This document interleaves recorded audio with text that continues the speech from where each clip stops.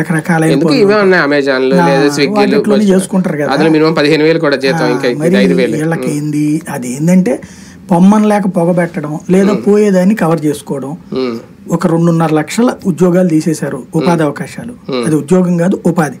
2.5 లక్షల మంది ఉపాధిని వాళ్ళది వరకే కాదు అక్కడ మనం చూడాల్సింది. అంటే ఒక్క వాలంటీర్ 2.5 లక్షల కుటుంబాలకి అందే వేన్నీళ్లలో చన్నీళ్లు లేదా చన్నీళ్లలో వేన్నీళ్లు.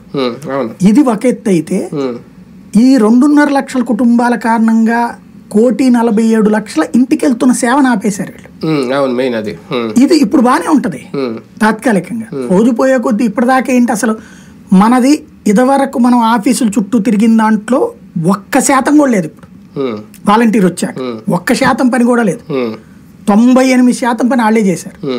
ఇప్పుడు ప్రతి పని మనమే తిరగాలి, మళ్ళీ లంచాలు ఇచ్చుకోవాలి, పని జరగాలి, ఇక రకరకాల హింస ఉంటది. ఇప్పుడు ప్రతి ఒక్కడికి తెలుసుద్ది కదా, ఇది 2 నెలలే కదా బిగిన్ అయింది, ఇప్పటికే సర్టిఫికెట్లు అప్పుడు ఇబ్బంది పడుతున్నారు కదా, రాబోయే రోజుల్లో ఇప్పటికే ఇక లంచ అవతారులు బిగిన్ అయిపోయారు.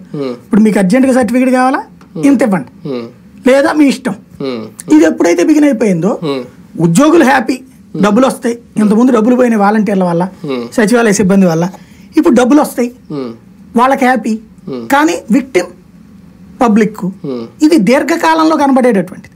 అంటే ఒకటి రేషన్ విషయంలో కూడా వాహనాలు ఆపేసిన, ఇంటికి వచ్చి ఇచ్చేది ఆపేసిన. ఇప్పుడు దాదాపు 4,000 ఎంత అంటున్నారు, 4,000 2,000 కరెక్ట్గా లేదు. రేషన్ షాపులు కొత్త ఇవ్వబోతున్నాం, కొత్త రాబోతున్నాయి రేషన్ డీలర్లు. దానివల్ల ఉపయోగమేనా? అంటే ఈ లోటు అలా భర్తీ అయిపోతుందా నిజంగా? రేషన్ విషయంలో ఒక ఆస్పెక్ట్ ఉంది. ఇప్పుడు ఒక రకంగా చెప్పాలంటే రేషన్ డీలర్కి కమిషన్ అయితే పరమదారుణం. వాళ్ళకి ఇచ్చేది కిలోకి ₹1 బియ్యానికి అంతే. ఒక ఏరియాలో ఎంతమంది ఉంటారు, మాక్సిమం